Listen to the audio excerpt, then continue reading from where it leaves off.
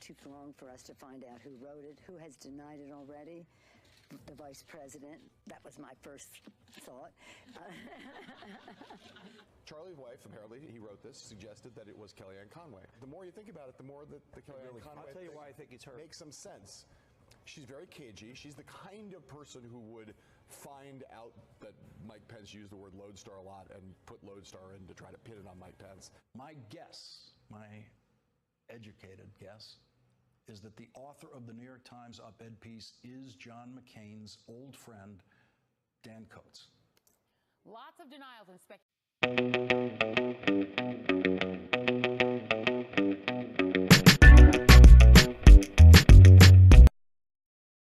Continues the hunt for the anonymous administration official behind that scathing New York Times op-ed. What did Donald Trump say last night when he was looking for the anonymous op-ed writer? Oh my God! Play the clip, if you will. This is so good. Do we have it? You know, listen to him. He doesn't have it. Jackie Gleason. Wow, you some bitch. The softball right down the middle of the plate. Oh, I whiffed on that one. See, you could have seen that. We'll fix him.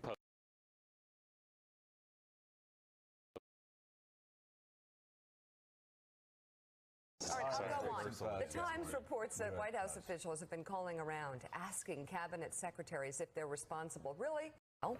Everyone, with the exception of Chief of Staff John Kelly and Attorney General Jeff Sessions, referred NBC News to the statement from Sarah Sanders that calls the anonymous official a coward. Sanders also denies reports that aides are printing out and delivering the denials to the president directly. My God. She posted the phone number to the New York Times opinion desk and urged people to call in and demand the paper to reveal the writer.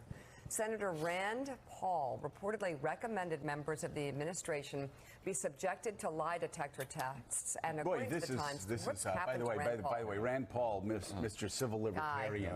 Come on now. And a principal. Hold them down. That's and a principal. And strap them in. And, wow.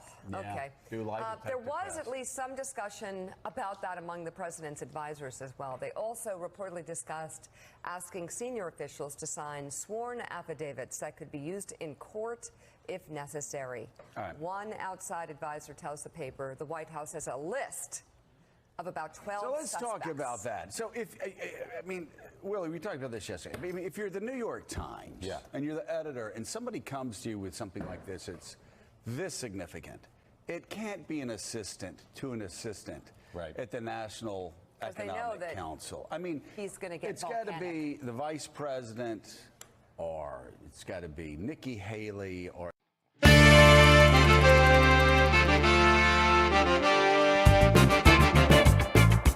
page where you can find out who it is if you know how to read between the lines. And she will rest assured that there is an army of people who oppose him and his policies. They are working silently and tirelessly to make sure he does not cause harm to the republic. Many in this silent army are in his party, his administration, even in his family. Ooh, okay. And here is Omarosa speculating on the writer yesterday on The Hill. The Hill's podcast. I put up some names on my Twitter, not to be coy or anything, but I suspected. I put Johnny DeStefano up. I also put up Bill Stepien, who is the political director for the Trump White House. And then I put up Nick Ayers, and I put a poll on my Twitter, and everybody chose Nick Ayers, who is out of Vice President Pence's office. I went back through some of my emails and some of the documents that came out of the Vice President's office, and I have to tell you that this op-ed is very similar to the style and the communication that comes out of his shop. And the reason I put up that speculation, Karine, is that it does feel like the other alternative explanation for why now is that this person may actually also be trying to present to Republicans an alternate version of reality that they could have later, right? That maybe the end game is to have all of Trump's policies, tax cuts, deregulation, mentioned in the op-ed, but maybe move Trump out and get a Mike Pence. That this is a way to set up more rivalry between Trump and Pence, make Trump distrust Mike Pence, use lodestar a lot. That is some of the speculation, too, because we are already seeing, per Axios, White House aides are usually somebody just trying to help his party by presenting an opportunity to purge people they don't like and be left with just the tax.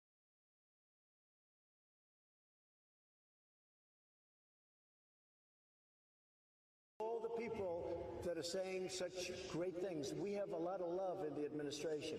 And the White House is truly, as you would say, a well-oiled machine. It is working so well. Welcome back to AM Joy. Well, Donald Trump is fuming over that anonymous New York Times op-ed and demanding to know who wrote it. And so far, more than 24 members of the administration have come forward in ritualistic fashion to assure their leader with all the fervor they can muster that they are absolutely loyal, that no, sir, it was not me who betrayed you. Well, of course, that's not good enough for Donald Trump. He now wants to use the full power of the federal government to find the writer, taking a break from humiliating his attorney general to demand that he get it done. Do you think Jeff Sessions should be investigating who the author of the op-ed piece was, or who some of these people I think are so, talking to? because I think it's national security. Yeah, I would say Jeff should be investigating who the author of that piece was, because I really believe it's national security. Trump says finding the writer is a matter of national security, though he didn't specify what crime he thinks has been committed. What is clear is that the writer is describing what you could call an actual deep state within the government, an unelected bureaucracy hired by the president, which is nonetheless working to run the executive branch in his place. What the writer euphemistically calls the work of a steady state, adding that they, whoever they are, will do whatever we can to steer the administration in the right direction until one way or another it's over. Of course, steering the administration in the right direction didn't involve stopping the separation and caging of immigrant children or using the constitutional option of removing Trump by the 25th Amendment. No, the right direction is apparently the one where the resistor gets to preserve the things they like, tax cuts for the rich and deregulation of big business, meaning that the writer is basically every Republican in Washington. Not sure that's what the resistance.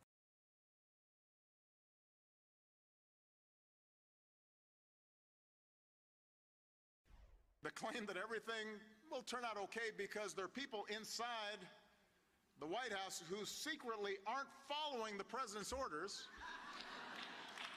That is not a check. I'm being serious here. That's not how our democracy is supposed to work. These people aren't elected. They're not accountable.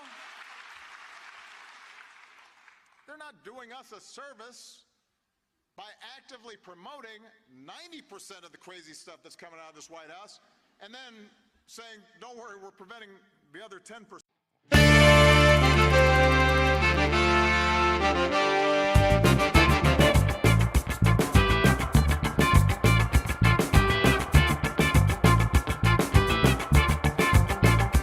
Idea that Donald Trump is seen as so unstable by his own members of his own senior members of his own administration that they thought about 25th amendmenting him and now are governing in his place. Take a listen. There wasn't much new information there. I hope that more will come out publicly. I mean, I think this is what all of us have understood to be the situation from day one. It's just so similar to what so many of us hear from senior people around the White House 3 times a week. So it's really troubling and yet, in a way, not surprising. Matt Miller, I would say that the only thing more troubling than Donald Trump hiring his own deep state and then being overrun by them is a Republican Party that literally doesn't care. It is really amazing to watch those clips. It's like watching someone say, look, well, I don't need you to tell me the house is on fire. I already knew the house is on fire. I can see the flames all around me. But yet they don't call the fire department. They don't grab a hose and try to put anything out. They don't do anything about it. It's this reaction we see to Donald Trump over and over again. We saw it in the reaction to his call for Sessions to investigate and prosecute the author of this op-ed. A complete, it would be a complete abuse of power. And you see people kind of shrug and say, oh, well, he calls for this abuse of power all the time. The fact that he does it all the time is not evidence that this is an acceptable status quo. It's evidence of the crisis we live in every day. And the response to that crisis is not to shrug your shoulders and act like, well, we've been seeing it for a year and a half. The response to that crisis is to do something about it. Yeah, and I think the scariest prospect is that Jeff Sessions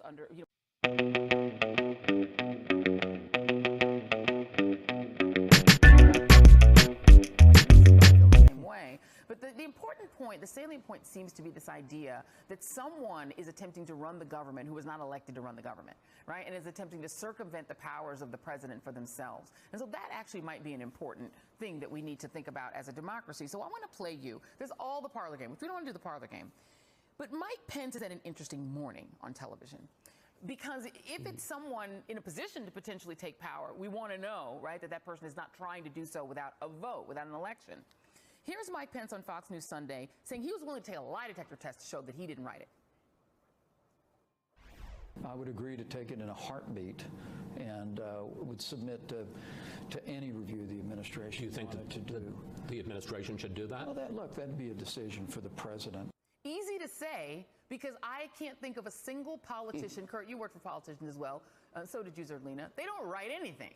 So of course you didn't write it, man. They get an aide to write it. They have press secretaries to write that stuff. So yeah, you don't sit down and write an op-ed. So that's an easy thing to do. But here is his second bite at the apple. This is Vice President Mike Pence on CBS's Face the Nation on that same op-ed. Now, the initial interview, you're going to hear two bites now. First is going to be the initial interview where he gives his answer. Then he asks to come back so he can clarify his answer because I guess he wasn't satisfied with the first go-round. So listen to these two bites. So you don't think anyone on your staff, since they're calling themselves a Trump appointee, had anything to do with this? I wouldn't know, and I really would hope not. I asked you earlier if anyone on your staff wrote this op-ed. Have you asked your staff? Oh, well, I thought you were speaking about the administration staff. Let me be very clear. I'm 100% confident that no one on the vice president's staff was involved in this anonymous editorial. And you asked them? Well, honestly, I don't have to ask them because I know them. Thoughts, panel, anyone? Jamil? I just, Mike Pence is a really curious case to me because he's actually the one person I think that President Trump could not fire. And yet he shows this complete complicity. He's so complicit in his public behavior towards Trump. He acts as if the loyalty is to Trump, not to the nation. He serves us, the people. And I think sometimes he forgets that. Being willing to take a lie detector test is an extraordinary precedent that he would set, not just for this administration, but for future administrations. And I think that he's not really taking that into consideration or doesn't care. I think that, he's more worried about pledging allegiance to the United States of Donald Trump and avoiding that treason label that the president issued rather than, getting the truth out. I think we can't rely upon him knowing his own staff so well that he doesn't have to ask them. Well, I mean, obviously, Mike Pence has affected a sort of breathlessly reverential tone toward Donald Trump. His chief of staff, Nick Ayers, according to Politico, once floated the idea of purging anti-Trump Republicans and having donors cut them off if they aren't sufficiently slavishly devoted to Donald Trump. And yet, Kurt, Nick Ayers is on the Omarosa list. Omarosa floated a list of her potential suspects, Mr. DeStefano, who she worked with at the Office of Public Liaison, the Bridgegate fall guy, the guy who took the fall for Bridgegate, who my producers give me his name really quickly if you could. Bill Stepien, and Nick Ayers, and there might have been one more person. It is interesting to think that perhaps that is an administrative coup d'etat, no? If it's someone in the position of a constitutional officer who could take power if Donald Trump, let's say, was impeached. And that's why I think it's important that we find out one way or the other who this author is, because if they are part of what would be the line of succession, well, you can make the case that, well, something more nefarious is going on here, and the American people, frankly, just have a right to know. There's a reason why we have elections. There's a reason why we have transparency in our election process. It's so that a coup d'etat essentially doesn't happen behind closed doors. Now, the vice president's hear no evil, see no evil, speak no evil bit is completely absurd. I mean, and again, as a former staffer, someone who used to write columns and pieces and place them for members of Congress and elected officials, I can tell you that if there was any suspicion that I had written something for my boss and placed it in the New York Times, my boss would be walking over and say, "Did you do this?" Yeah. So, I mean, it's laughable to think that he either hasn't had that conversation or it's even more revealing if he frankly hasn't. It's almost as if maybe he thinks it could be and he doesn't want to have any idea. He wants total plausible deniability here. Again, at the end of the day, I think we need to find out who this person is, because it's impossible to assign motive given the volume of people that could fit the designation of senior administration official. Hundreds of people. And by the way, this person quotes a top administration official, which as a former press secretary, I can tell you that's not in an op-ed norm. You don't quote someone else. But whoever they quoted knows that they said it to. They know they said it, and they know who they said it to, right? So it is curious. And I think that the problem with this, and again, it's not the parlor game that's important, Erlina. It's the fact that the suspicion that on the Republican side, they're increasing signs that the idea